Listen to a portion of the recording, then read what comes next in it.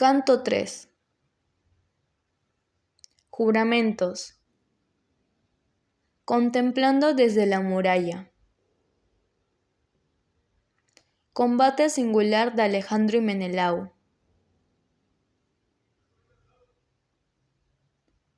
La primera se interrumpe para que se verifique el combate singular de Alejandro y Menelau, que no produce ningún resultado, pues cuando aquel va a ser vencido, lo arrebata por los aires su madre, la diosa Afrodita, y lo lleva al lado de Helena. Puestos en orden de batalla, con sus respectivos jefes, los troyanos avanzaban chillando y gritando como aves. Así profieren sus voces las grullas en el cielo, cuando, para huir del frío y de las lluvias torrenciales, vuelan gruyendo sobre la corriente del océano, y llevan la ruina y la muerte a los pigmeos, moviéndolos desde el aire cruda guerra. Y los aqueos marchaban silenciosos, respirando valor y dispuestos a ayudarse mutuamente. Así como el noto derrama en las cumbres de un monte la niebla tan poco grata al pastor y más favorable que la noche para el ladrón, y solo se ve el espacio a que alcanza una pedrada. Así también una densa polvareda se levantaba bajo los pies de los que se ponían en marcha y atravesaban con gran presteza la llanura. Cuando ambos ejércitos se hubieran acercado el uno al otro, apareció en la primera fila de los troyanos Alejandro, semejante a un dios, con una piel de leopardo en los hombros, el corvo arco y la espada, y blandiendo 2 lanzas de broncínea punta, desafiaba a los más valientes argivos a que con él sostuvieran terrible combate. Menelau, caro Ares, violó venir con arrogante paso al frente de la tropa, y, como el león hambriento que ha encontrado un gran cuerpo de cornígero ciervo o de cabra montés, se alegra y te devora, aunque, persigan ágiles perros y robustos mozos. Así Menelau se holgó de ver con sus propios ojos al deiforme Alejandro. Figuróse que podría castigar al culpable, y al momento saltó del carro al suelo sin dejar las armas.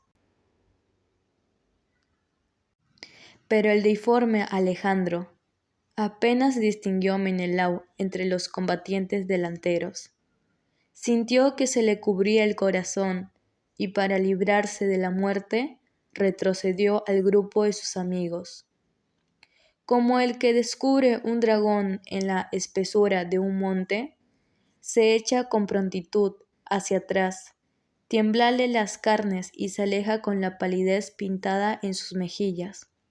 Así el deiforme Alejandro, temiendo al hijo de Atreo, desapareció en la turba de los altivos troyanos. Advirtiólo Héctor y lo reprendió con injuriosas palabras. Miserable París, el de la más hermosa figura, mujeriego, seductor. Ojalá no te contaras en el número de los nacidos, o hubieses muerto célibe. Yo así lo quisiera, y te valdría más que ser la vergüenza y el oprobio de los tuyos.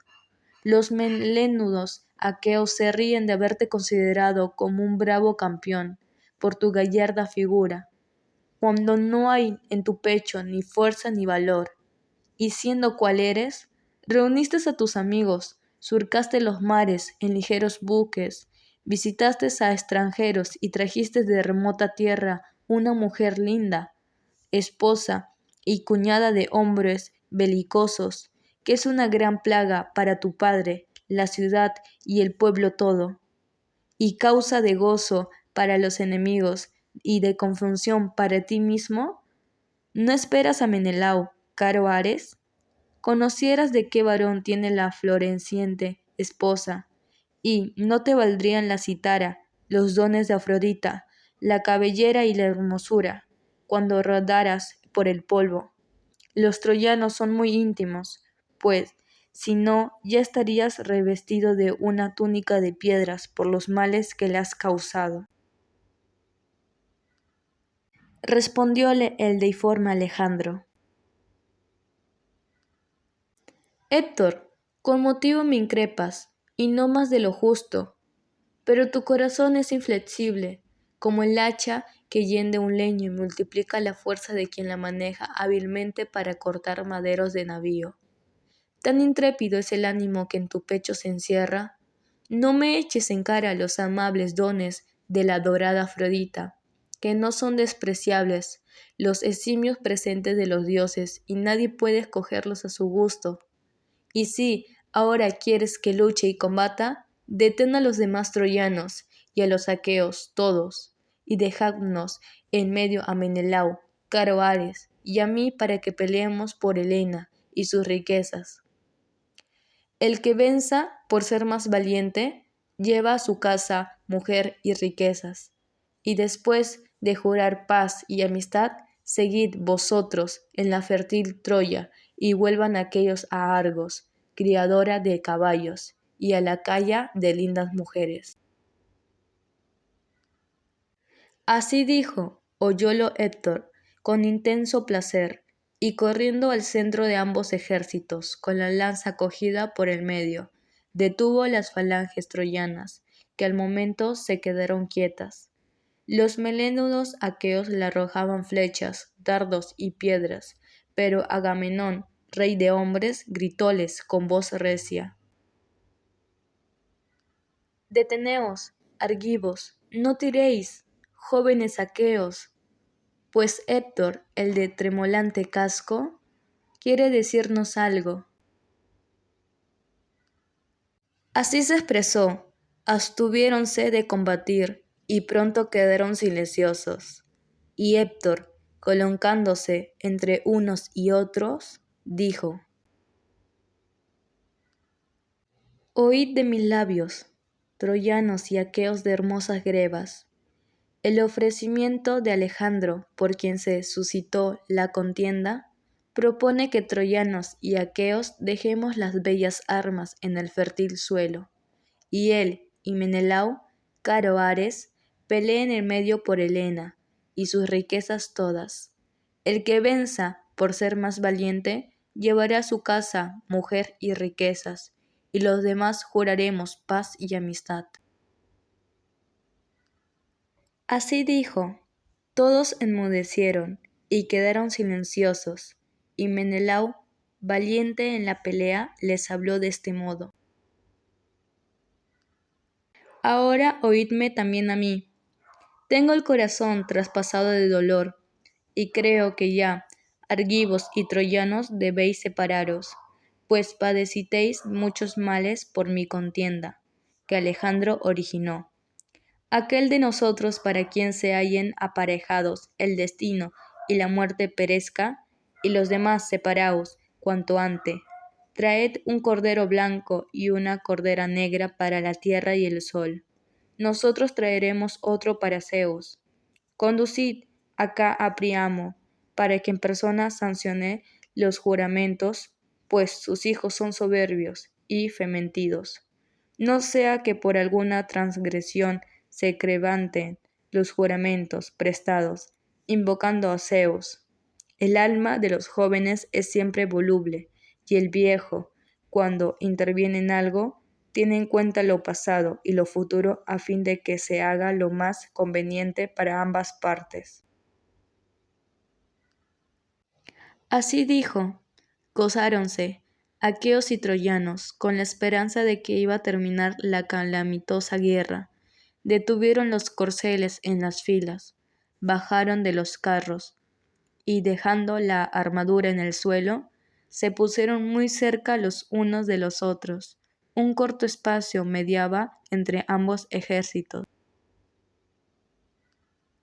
Héctor despachó 2 heraldos a la ciudad, para que enseguida le trajeran las víctimas y llamaran a Priamo, el rey Agamenón, Por su parte, mandó a Taltibio que se llegara a las cóncavas naves por un cordero. El Geraldo no desobedeció al divino Agamenón. Entonces la mensajera Iris fue en busca de Helena, la de niveos brazos, tomando la figura de su cuñada, la Oidice, mujer del rey Helicaón, Antenorida, que era la más hermosa de las hijas de Priamo. Hallóla en el palacio tejiendo un gran tela noble, purpúrea, en la cual entretejía muchos trabajos que los troyanos, domadores de caballos, y los aqueos, de broncíneas corazas, habían padecido por ella, por mano de Ares. Paróse Iris, la de los pies ligeros, junto a Helena, y así le dijo: Ven acá, ninfa querida, para que presenciéis los admirables hechos de los troyanos, domadores de caballos, y de los aqueos, de brocineas corazas, los que antes, habidos del funesto combate, llevaban por la llanura al luctuoso Ares, unos contra otros se sentaron.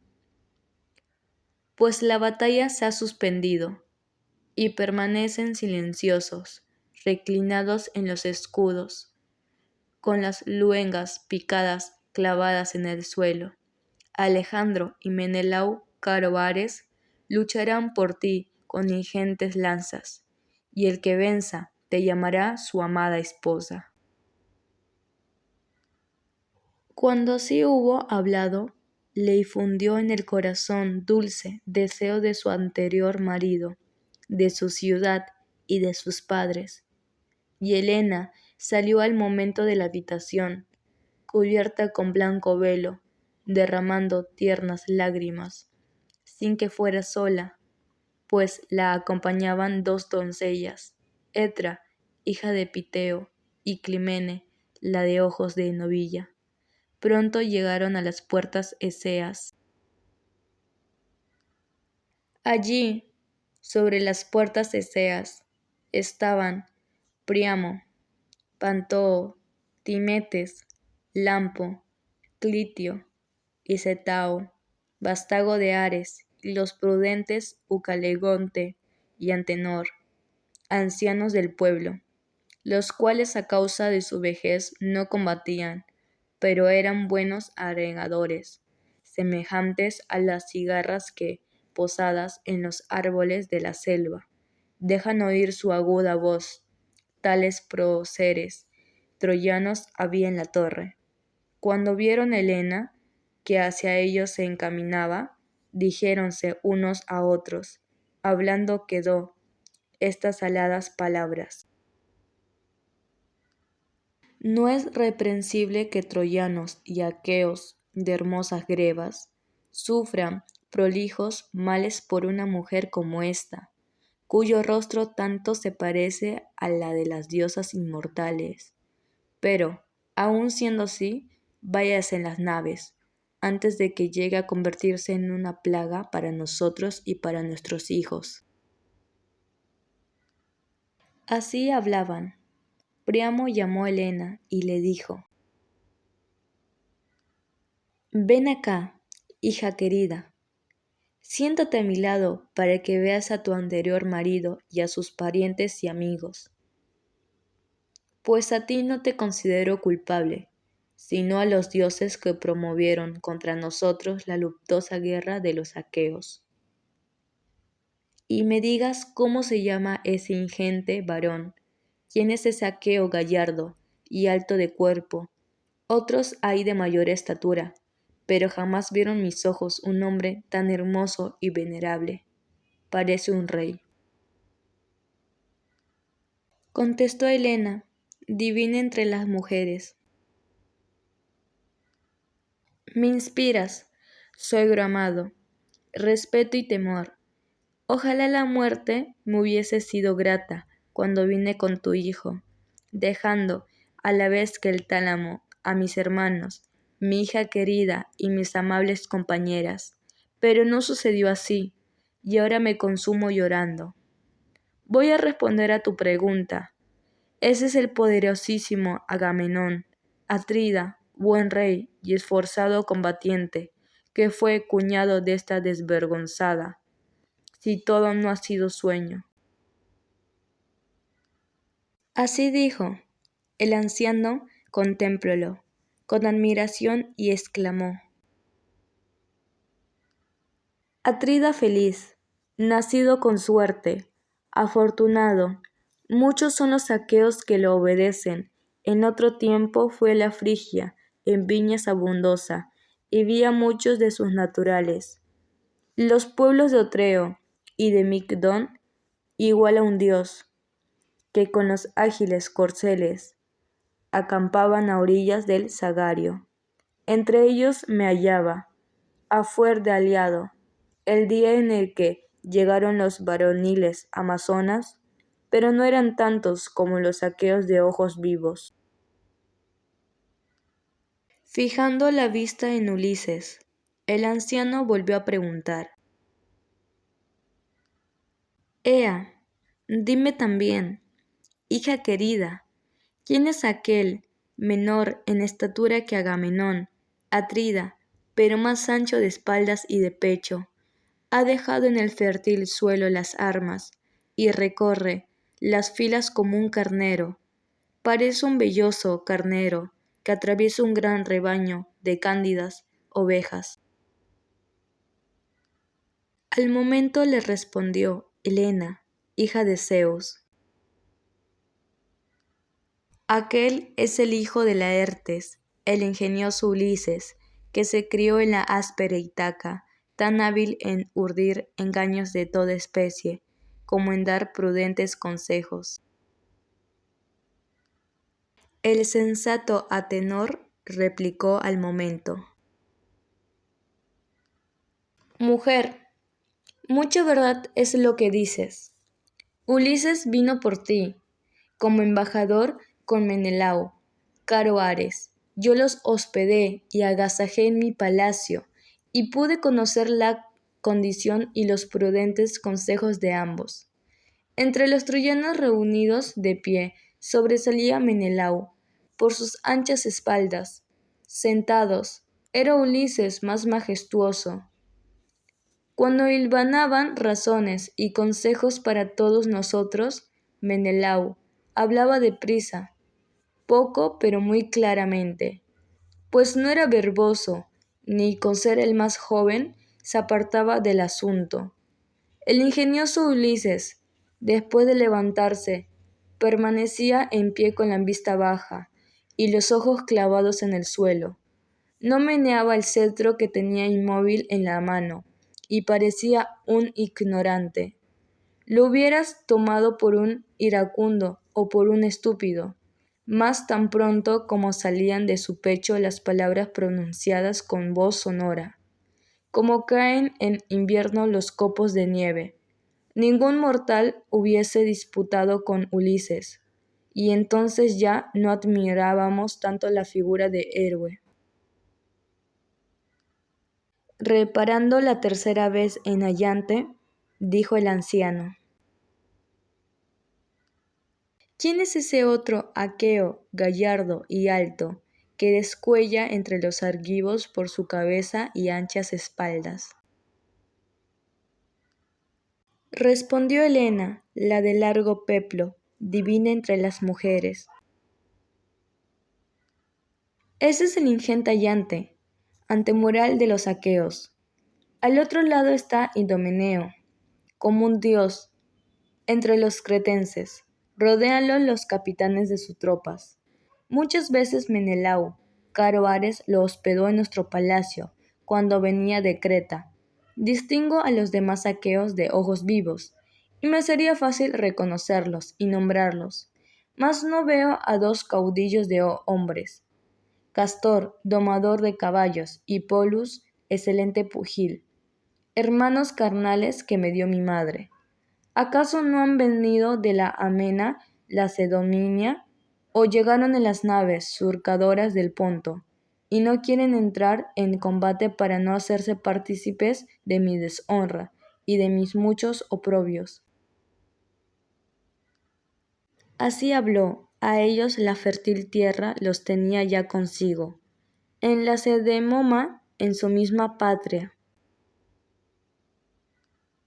Los heraldos atravesaban la ciudad con las víctimas para los divinos juramentos. Los 2 corderos y el regocijador vino, fruto de la tierra, encerrado en un odre de piel de cabra. El heraldo Ideo llevaba además una reluciente catrera y copas de oro, y acercándose al anciano, invitólo diciendo: Levántate, laomedontiada. Los próceres de los troyanos, domadores de caballos, y de los aqueos de brocinias, corazas, te piden que bajes a la llanura y sanciones los fieles juramentos, pues Alejandro y Menelao, caro Ares, combatirán con luegas lanzas, por la esposa, mujer y riquezas serán del que venza. Y después de pactar amistad con fieles juramentos, nosotros seguiremos habitando la fértil Troya, y aquellos volverán a Argos, criador de caballos, y a Acaya, la de lindas mujeres.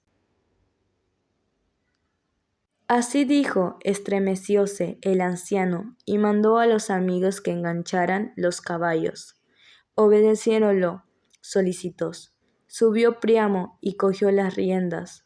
A su lado, en el magnífico carro, se puso Antenor, e inmediatamente guiaron los ligeros corceles hacia la llanura por las puertas eseas. Cuando hubieron llegado al campo, descendieron del carro al almo suelo y se encaminaron al espacio que mediaba entre los troyanos y los aqueos. Levantóse al punto el rey de hombres, Agamenón. Levantóse también el ingenioso Ulises, y los heraldos conspicuos juntaron las víctimas que debían inmolarse para los sagrados juramentos. Mezclaron vinos en la crátera y dieron aguamanos a los reyes.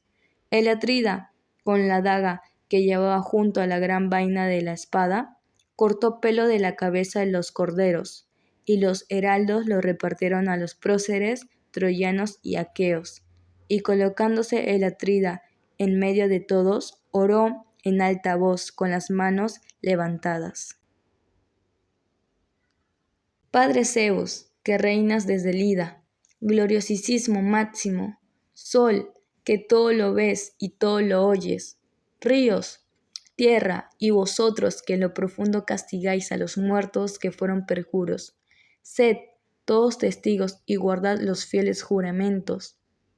Si Alejandro mata a Menelao, sea suya Helena con todas las riquezas y nosotros volvámonos en las naves, surcadoras del Ponto. Mas, si el rubio Menelao mata a Alejandro, devuélvanos los troyanos a Helena y las riquezas todas, y paguen a los argivos la indemnización que sea justa para que llegue a conocimiento de los hombres venideros. Y si, vencido Alejandro, Príamo y sus hijos se negaren a pagar la indemnización, me quedaré a combatir por ella hasta que termine la guerra. Dijo, cortóls el cuello a los corderos y los puso palpitantes, pero sin vida. En el suelo, el cruel bronce les había quitado el vigor. Llenaron las copas sacando vino de la crátera y derramándolo oraban a los sempiternos dioses, y algunos de los aqueos y de los troyanos exclamaron: Zeus, gloriosísimo, máximo, dioses inmortales, los primeros que obren contra lo jurado, vean derramárseles a tierra, como este vino, sus sesos y los de sus hijos, y sus esposas caían en poder de extraños.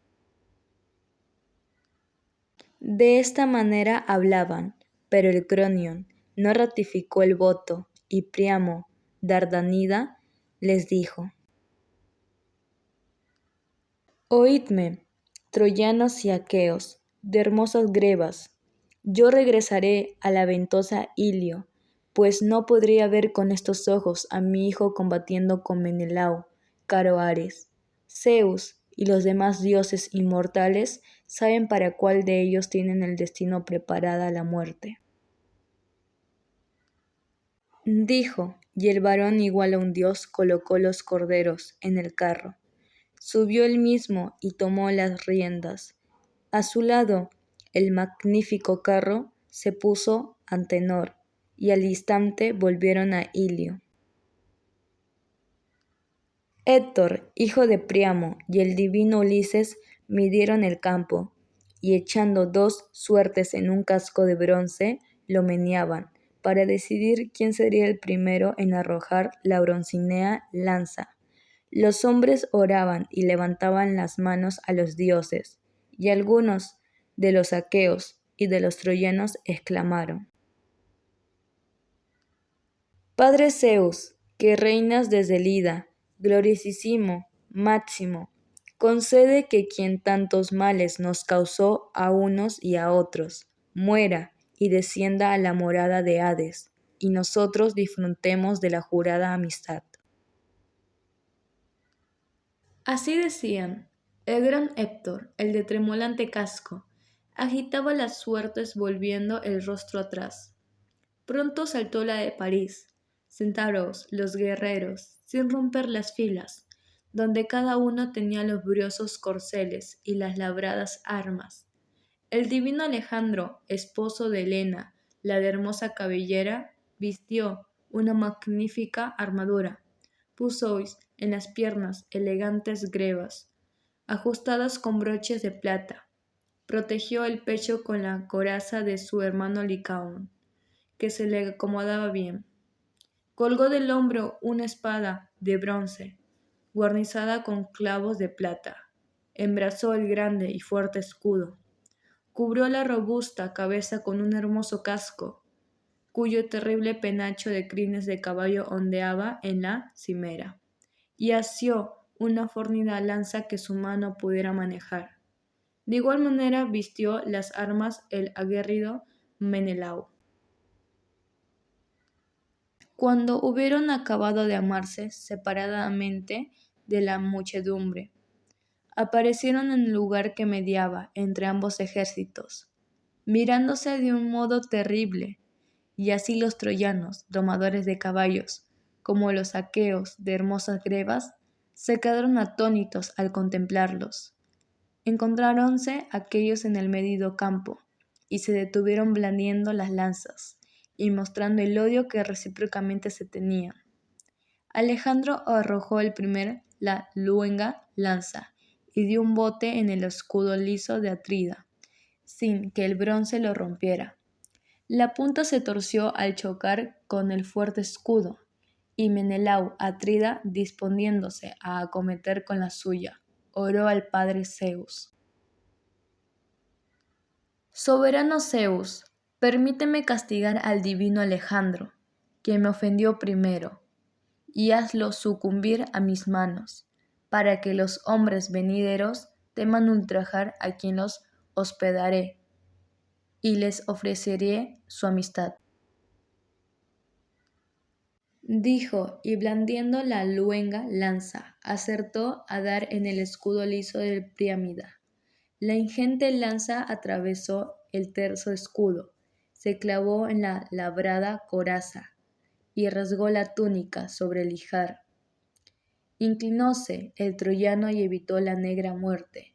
El atrida desenvainó entonces la espada guarnecida de argenteos clavos, pero al herir al enemigo en la cimera del casco se le cayó de la mano, rota en 3 o 4 pedazos, y el atrida, alzando los ojos al anchuroso cielo, se lamentó diciendo: Padre Zeus, no hay Dios más funesto que tú. Esperaba castigar la perfidia de Alejandro, y la espada se quiebra en mis manos. La lanza es arrojada inútilmente, y no consigo vencerlo. Dice, y arremetiendo a París, cógelo por el casco adornado con espesas crines de caballo que retuerce, y lo arrastra hacia los aqueos de hermosas grebas. Medio ahogado por la bordada correa que, atada por debajo de la barba para asegurar el caso, le apretaba el delicado cuello, y se lo hubiera llevado, consiguiendo inmensa gloria, si al punto no lo hubiera advertido Afrodita, hija de Zeus, que rompió la correa hecha del cuero de un buey degollado. El casco vacío siguió la robusta mano. El héroe lo volteó y arrojó a los aqueos de hermosas grebas, y sus fieles compañeros lo recogieron. De nuevo asaltó Menelao a París, para matarlo con la broncínea lanza. Pero Afrodita arrebató su hijo con gran facilidad, por ser diosa, y llevólo, envuelto en densa nieblina, al oloroso y perfumado Tálamo. Luego fue a llamar a Helena, hallándola en la alta torre con muchas troyanas. Tiró suavemente de su perfumado velo, y, tomando la figura de una anciana cardadora, que allá en Lacedemonia le preparaba a Helena hermosas lanas y era muy querida de ésta, díjole la diosa Afrodita: Ven acá, te llama Alejandro, para que vuelvas a tu casa. Hállase, esplendente por su belleza y sus vestidos, en el torneado lecho de la cámara nupcial. No dirías que viene de combatir, sino que va al baile o que reposa de reciente danza. Así dijo. Helena sintió que en el pecho le palpitaba el corazón, pero al ver el hermosísimo cuello, los lindos pechos y los refulgentes ojos de la diosa, se asombró y le dijo: Cruel, ¿por qué quieres engañarme? ¿Me llevarás acaso más allá a cualquier populosa ciudad de la Frigia o de la Meonia amena, donde algún hombre dotado de palabra te sea querido? Vienes con engaños porque Menelao ha vencido al divino Alejandro y quieres que yo, la odiosa, vuelva a su casa. Ve, siéntate al lado de París, deja el camino de las diosas, no te conduzcan tus pies al Olimpo, y llora y vela por él, hasta que te haga su esposa o su esclava. No iré allá, vergonzoso fuera, a compartir su lecho. Todas las troyanas me lo vituperarían, y ya son muchos los pesares que conturban mi corazón. La divina Afrodita le respondió airada: No me irrites, desgraciada, no sea que, enojándome, te desampare, te aborrezca de modo tan extraordinario como hasta aquí te amé. Ponga funestos odios entre troyanos y danaos, y tú perezcas de mala suerte. Así dijo. Helena, hija de Zeus, tuvo miedo, y echándose el blanco y espléndido velo, salió el silencio tras la diosa, sin que ninguna de las troyanas la advirtiera.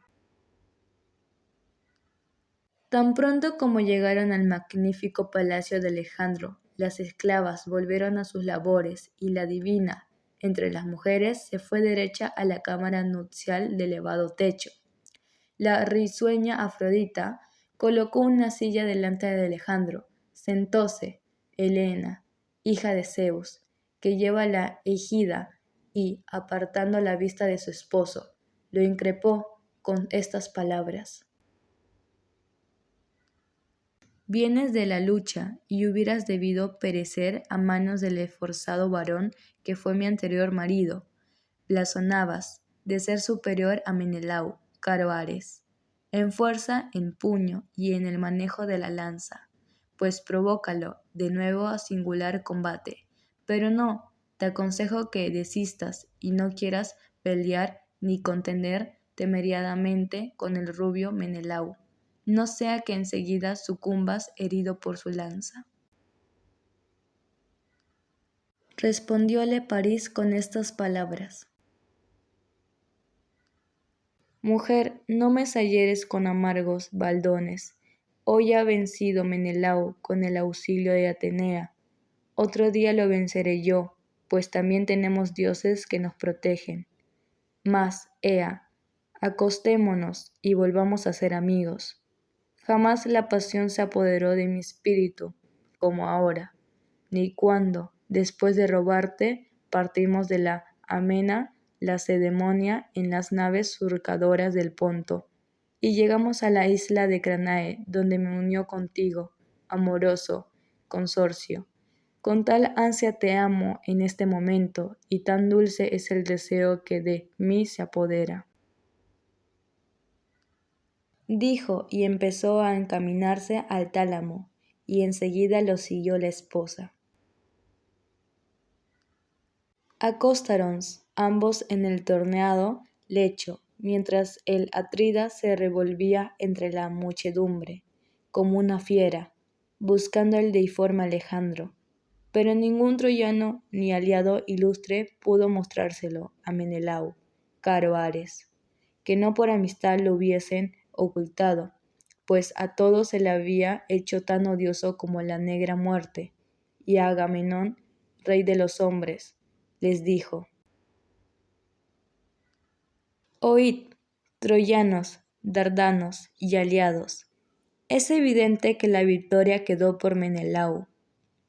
Caro Ares, entregadnos la argiva Helena con sus riquezas y pagad una indemnización, la que sea justa, para que llegue a conocimiento de los hombres venideros.